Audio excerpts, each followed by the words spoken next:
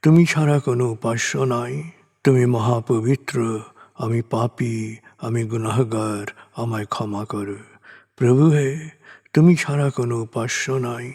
তুমি মহাপবিত্র, আমি পাপী, আমি গুনাহগার, আমায় ক্ষমা করো। প্রভু হে, তুমি ছাড়া কোনো উপাস্য নাই।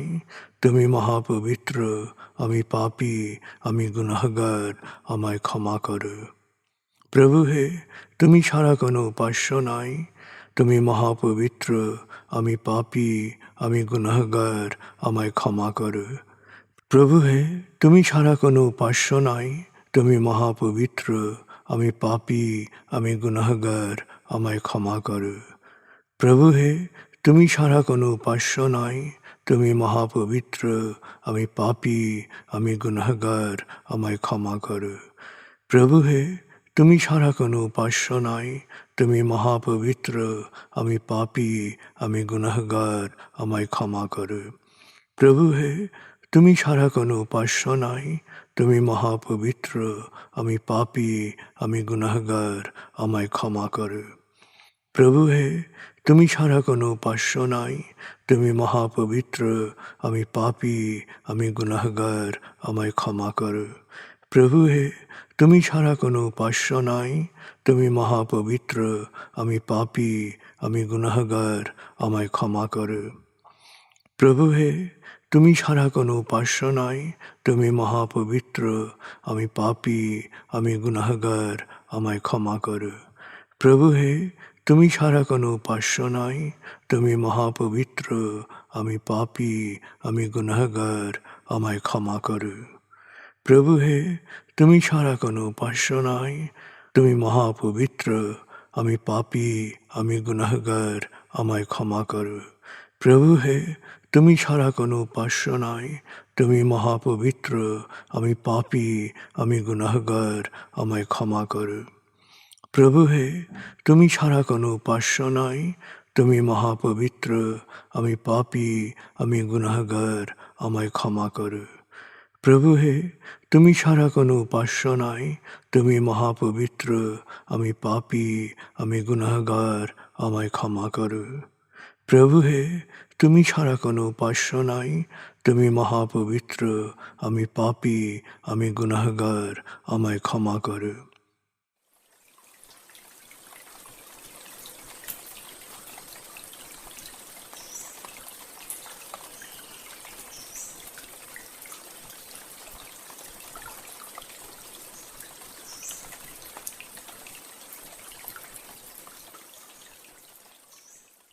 এবার আমরা সূরা তাকবীর এর মর্মবাণীর অংশ বিশেষে ডুবে যাব।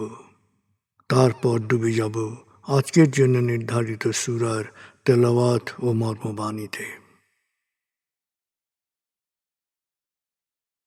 81 সূরা তাকবীর। দয়াময় মেহেরবান আল্লাহর নামে।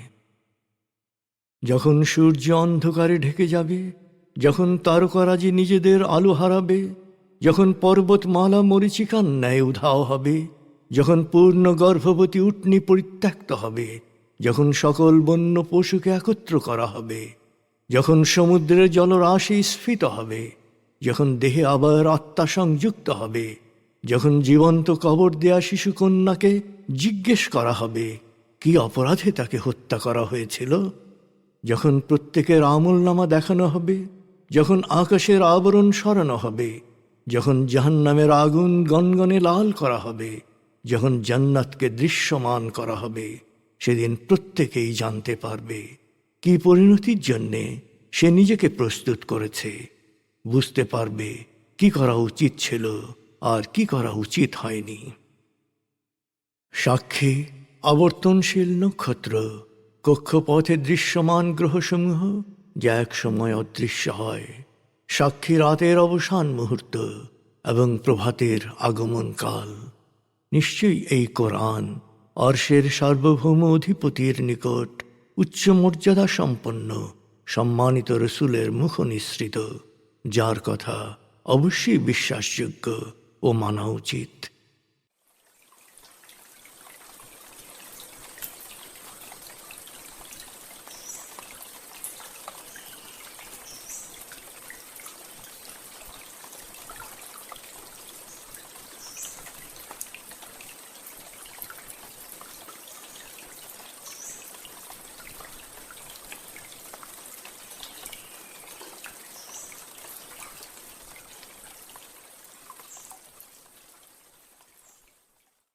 এবার আমরা সূরা ফুরকান ৫১ থেকে ৭৭ আয়াতের তেলাওয়াত ও মর্মবাণীর গভীরে ডুবে যাব।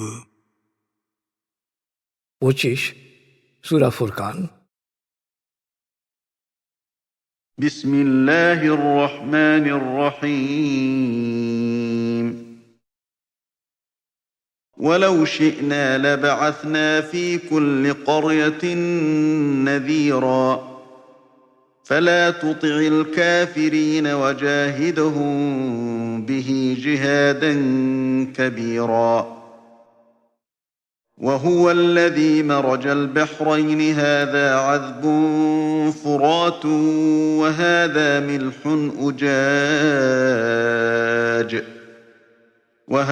ملح أجاج وجعل بينهما برزخا وحجرا محجورا وهو الذي خلق من الماء بشرا فجعله نسبا وصهرا وكان ربك قديرا ويعبدون من دون الله ما لا ينفعهم ولا يضرهم وكان الكافر على ربه ظهيرا وما أرسلناك إلا مبشرا ونذيرا قل ما أسألكم عليه من أجر إلا من شاء أن يتخذ إلى ربه سبيلا وتوكل على الحي الذي لا يموت وسبح بحمده وكفى به بذنوب عباده خبيرا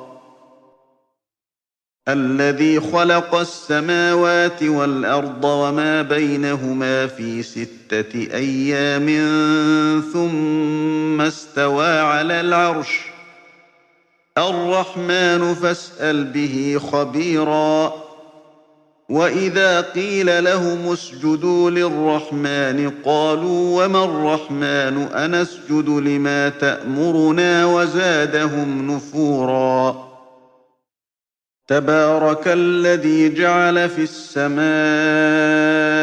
بروجا وجعل فيها سراجا وقمرا منيرا وهو الذي جعل الليل والنهار خلفة لمن أراد أن يذكر أو أراد شكورا وعباد الرحمن الذين يمشون على الأرض هونا وإذا خاطبهم الجاهلون قالوا سلاما والذين يبيتون لربهم سجدا وقياما والذين يقولون ربنا اصرف عنا عذاب جهنم إن عذابها كان غراما إنها ساءت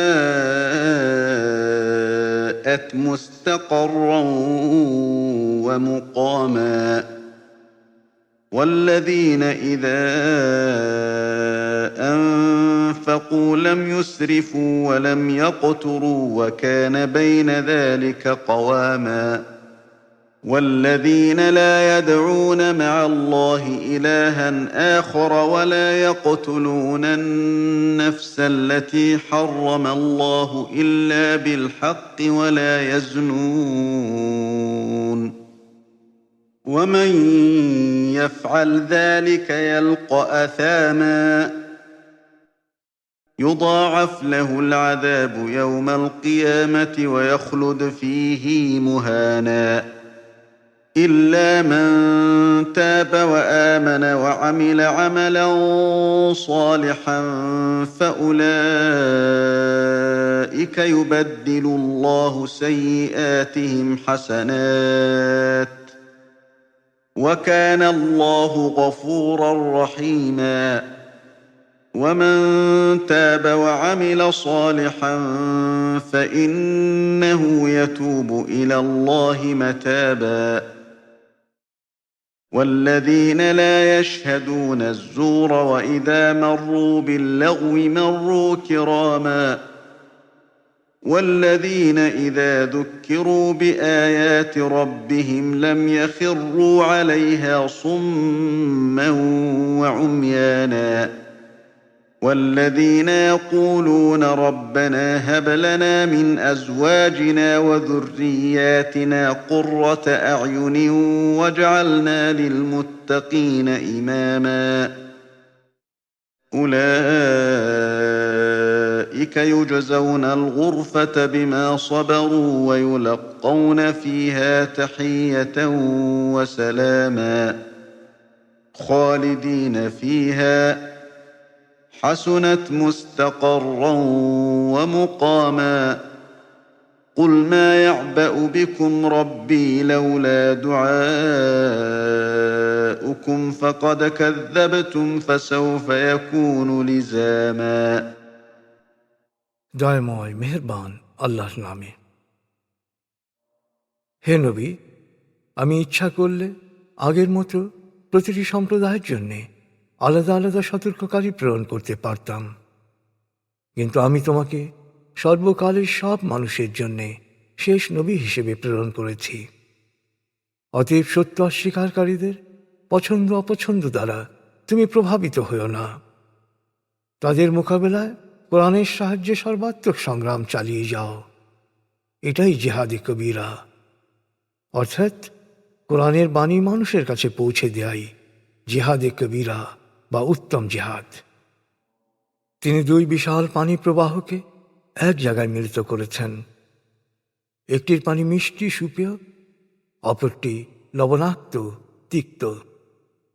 দুই স্রোতধারা মিলিত হলেও একটি আরেকটির সাথে মিশে যেতে পারে না, মাঝখানে রয়েছে অদৃশ্য বাধা।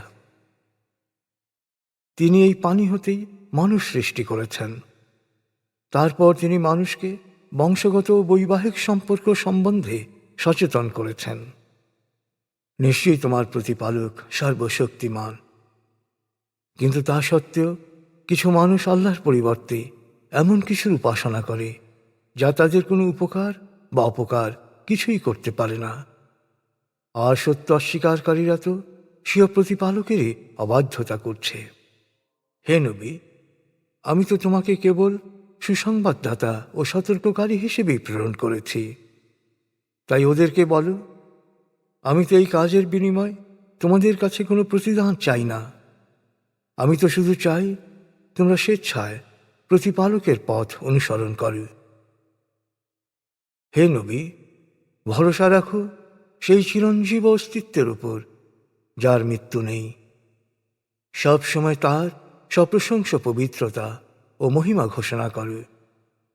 তিনি তার বান্দাদের পাপ সম্পর্কে সম্পূর্ণ ওয়াকিবহাল।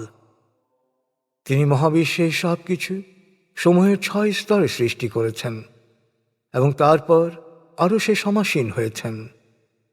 তিনি দয়াময়।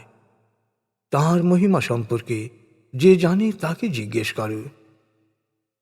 যখন সত্য অস্বীকারীদের বলা হয় দয়াময়কে সিজদা করে, তখন ওরা বলে, দয়াময় আবার কে? তুমি কাউকে সিজদা করতে বললেই কি আমাদের সিজদা করতে হবে? সত্যের প্রতি আহ্বানের প্রতিক্রিয়ায় ওদের সত্য বিমুখতাই বেড়ে যায়।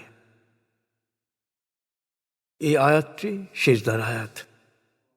কত মহামহান তিনি, যিনি মহাকাশের রাশিমালা সৃষ্টি করেছেন, স্থাপন করেছেন প্রদীপ্ত সূর্য আর জ্যোতির্ময় চন্দ্র, পরস্পরের অনুগামী করে সৃষ্টি করেছেন রাত ও দিন। এর মধ্যেই নিদর্শন রয়েছে জ্ঞানীদের জন্যে, যারা শুকরগুজার হতে ও শিক্ষা গ্রহণ করতে চায়। দয়াময়ের দাস তারাই যারা জমিনের উপর নম্রভাবে চলাফেরা করে। মূর্খরা তাদেরকে কথা বলে উত্ত্যক্ত বা বিতর্ক সৃষ্টি করতে চাইলে তারা বলে, তোমাদের প্রতি সালাম। তারা রাত কাটায় তাদের প্রতিপালকের উদ্দেশ্যে দণ্ডায়মান হয়ে বা সিজদারত অবস্থায়। তারা প্রার্থনা করে, হে আমাদের প্রতিপালক, জাহান্নাম থেকে আমাদের দূরে রাখো। জাহান্নামের আযাব সর্বনাশ আযাব। নিশ্চয়ই অস্থায়ী বা স্থায়ী নিবাস হিসেবে সবচেয়ে জঘন্য। তারা কখনো অপচয় করে না, কার্পণ্যও করে না, বরং ব্যয় মধ্যপন্থা অবলম্বন করে। তারা আল্লাহর সাথে অন্য কোনো উপাস্যের উপাসনা করে না। সঙ্গত কারণ ছাড়া আল্লাহ যার হত্যা নিষেধ করেছেন তাকে হত্যা করে না, ব্যভিচার করে না। যে এই অন্যায়গুলো করবে সে তার উপযুক্ত শাস্তি পাবে। হে মানুষ, কিয়ামতের দিন অপরাধের শাস্তি হবে বহুগুণ ও লাঞ্ছনাপূর্ণ। তবে যারা তওবা করে, বিশ্বাস করে এবং সৎকর্ম করে, আল্লাহ পুণ্যের দ্বারা তাদের পাপ মোচন করে দেবেন।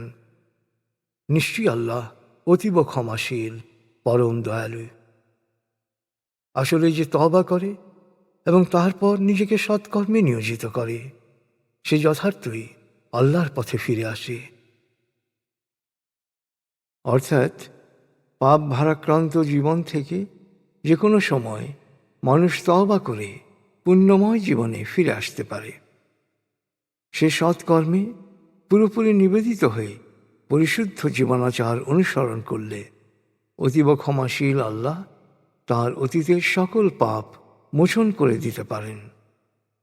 তার পুণ্য ভাসিয়ে নিয়ে যেতে পারে অতীতের সকল পাপকে। অতএব জীবনের সকল মন্দকেও জয় করতে হবে ভালো দিয়ে। জেনে রাখো, আল্লাহ সত্যিকারের বান্দা তারাই যারা কখনো মিথ্যা সাক্ষ্য দেয় না, অসার কথাবার্তা ও ফালতু কাজ সচেতনভাবে এড়িয়ে চলে, প্রতিপালকের বিধান স্মরণ করিয়ে দিলে যারা না শোনা বা না দেখার ভান করে না, যারা প্রার্থনা করে, হে আমার প্রতিপালক, আমাদের স্ত্রী ও সন্তানদের আমাদের তৃপ্তি ও আনন্দের উৎসে পরিণত করো এবং আমাদেরকে আল্লাহ সচেতনদের আদর্শে পরিণত করো। জীবনে ধৈর্য ও অধ্যবসায়ের প্রতিফল হিসেবে তারা জান্নাতে সুউচ্চ অবস্থানে উন্নীত হবে। সেখানে তাদের সালাম সহকারে সাদর অভ্যর্থনা জানানো হবে। তারা সেখানে থাকবে চিরকাল। আবাসস্থল হিসেবে তা কতই না উত্তম। হে নবী, সত্য অস্বীকারীদের বলো, আমার প্রতিপালকের ইবাদত না করলে তার কিছুই আসে যায় না, কিন্তু তোমরা আল্লাহর বিধানসমূহ অস্বীকার করেছ, অতএব তোমাদের শাস্তি অনিবার্য।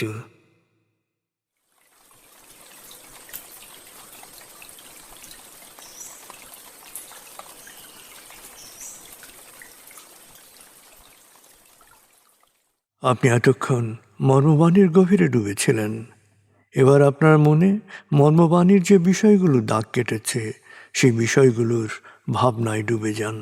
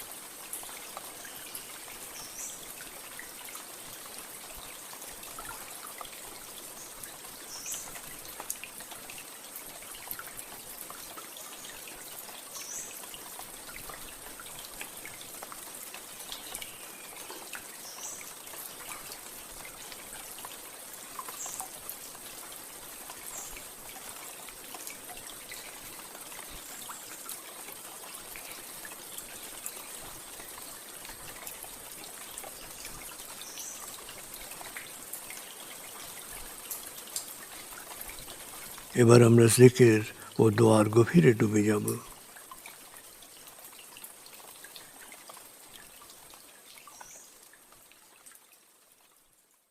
এবার হালকাভাবে চোখ বন্ধ করুন, লম্বা দম নিন, নাক দিয়ে দম নিন, আস্তে আস্তে মুখ দিয়ে দম ছাড়ুন।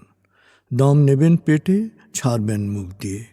দম নেওয়ার চেয়ে দম ছাড়তে সামান্য বেশি সময় নিন।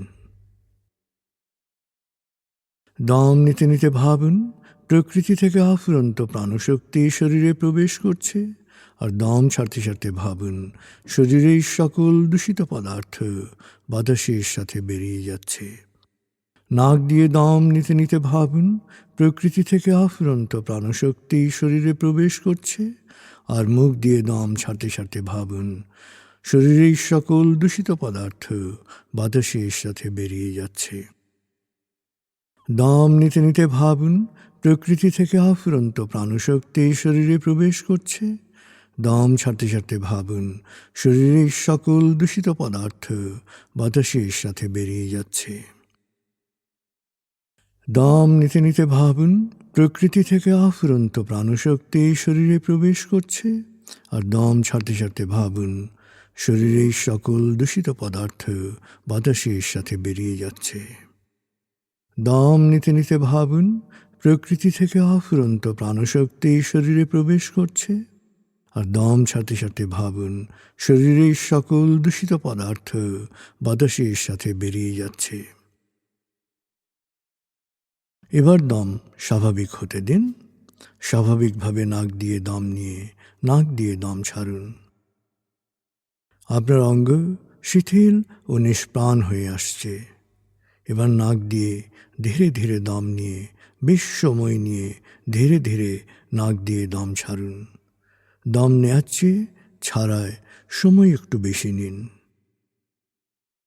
ধীরে ধীরে দম নিন, ধীরে ধীরে দম ছাড়ুন। ধীরে ধীরে দম নিন, ধীরে ধীরে দম ছাড়ুন। ধীরে ধীরে দম নিন, ধীরে ধীরে দম ছাড়ুন। ধীরে ধীরে দম নিন, ধীরে ধীরে দম ছাড়ুন। ধীরে ধীরে দম নিন, ধীরে ধীরে দম ছাড়ুন। এবার দম স্বাভাবিক হতে দিন। আপনি এখন দম খেয়াল করুন। বাতাস নাক দিয়ে ফুসফুসে প্রবেশ করছে, আবার বেরিয়ে আসছে। আপনার পুরো মনোযোগ নাকে দমের প্রবেশ পথে দিন। বাতাস স্বাভাবিক যাওয়া আসা করুক, আপনি শুধু দম খেয়াল করুন।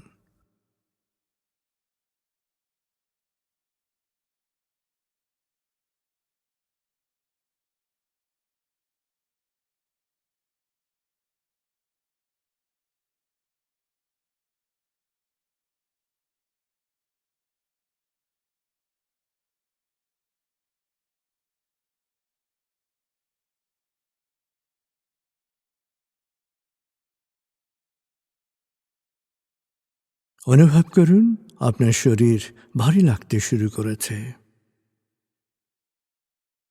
আরাম, আরাম, আরাম। অনুভব করুন শীতলতা স্রোতের মতো, বরফ গলা পানির মতো আপনার মাথা থেকে শরীর বেয়ে নিচের দিকে নেমে যাচ্ছে।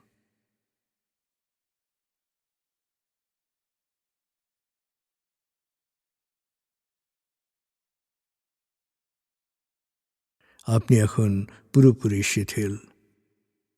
শিথিলায়নের গভীর স্তরে প্রবেশ করেছেন আপনি। আপনার ব্রেন ওয়েভ বিটা স্তর থেকে নেমে গেছে আলফায়। মনের বাড়ির পথে আপনি এখন আলফা স্টেশনে এসে পৌঁছেছেন। এই স্টেশনে আপনার জন্য রয়েছে বিশেষ ওয়েটিং রুম। আলফা স্টেশন থেকে আপনি এখন মনের বাড়িতে যাচ্ছেন। আমি গণনা শুরু করছি। 19,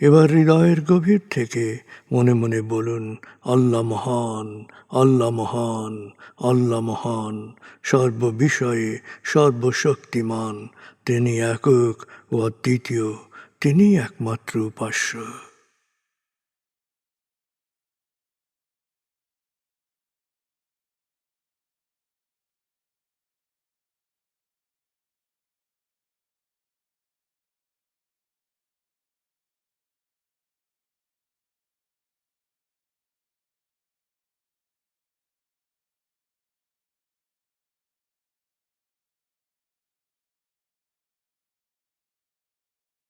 হৃদয়ের গভীর থেকে প্রার্থনা করুন, হে আল্লাহ, তুমি আমাদেরকে বিশ্বাসী, সৎকর্মশীল, সংঘবদ্ধ মানুষ হিসেবে কোয়ান্টাম ফাউন্ডেশনে একাত্ম করেছ। হে আল্লাহ, কোয়ান্টাম ফাউন্ডেশনকে এ যুগের আলোকবর্তিকা হিসেবে, সহস্রাব্দের বাতিঘর হিসেবে কবুল করো। কোয়ান্টাম ঘরে ঘরে, মেডিটেশন ঘরে ঘরে, এ অনুরণন সার্থক করো।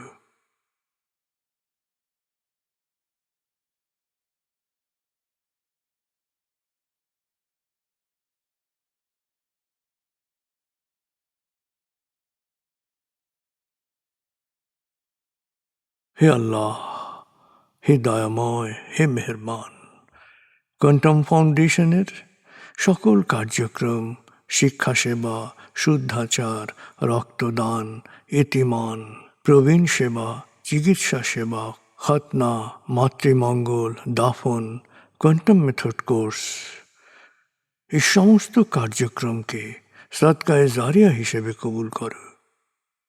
এই কার্যক্রমে যারা সেবা দিয়েছেন তাদের সবার জীবনকে বরকতময়, প্রশান্তিময় করে দাও।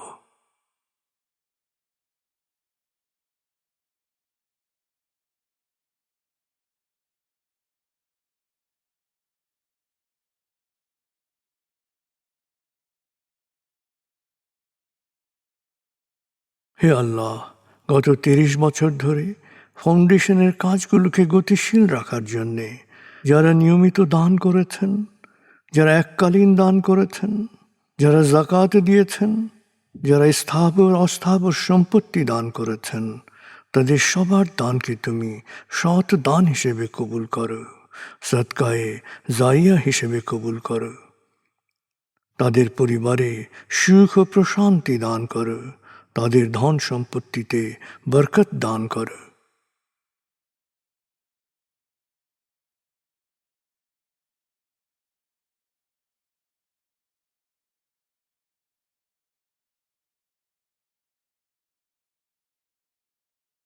এবার দেশের জন্য দোয়া করুন।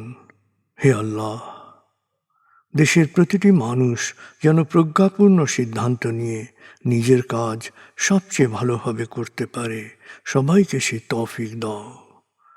হে আল্লাহ, তুমি আমাদের তোমার বিশেষ অনুগ্রহ ভাজন জাতিতে পরিণত করেছ, অফুরন্ত অনুগ্রহ সম্পদ দিয়েছ, বিশ্বকে বিভিন্ন ক্ষেত্রে নেতৃত্ব দেওয়ার মতো মেধা ও মস্তিষ্ক দিয়েছ। আমরা যেন ভালো মানুষ, ভালো দেশে রূপান্তরিত হতে পারি, আমাদের সেই তৌফিক দাও।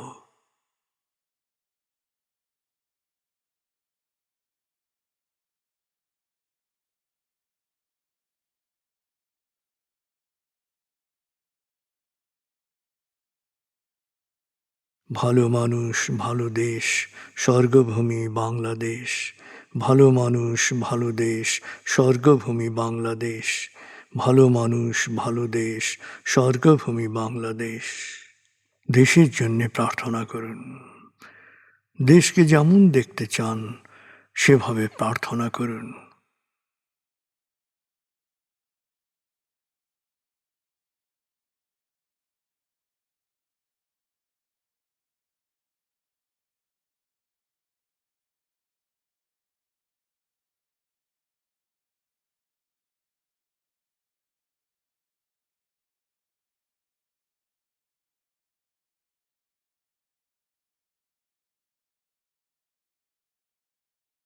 হে আল্লাহ,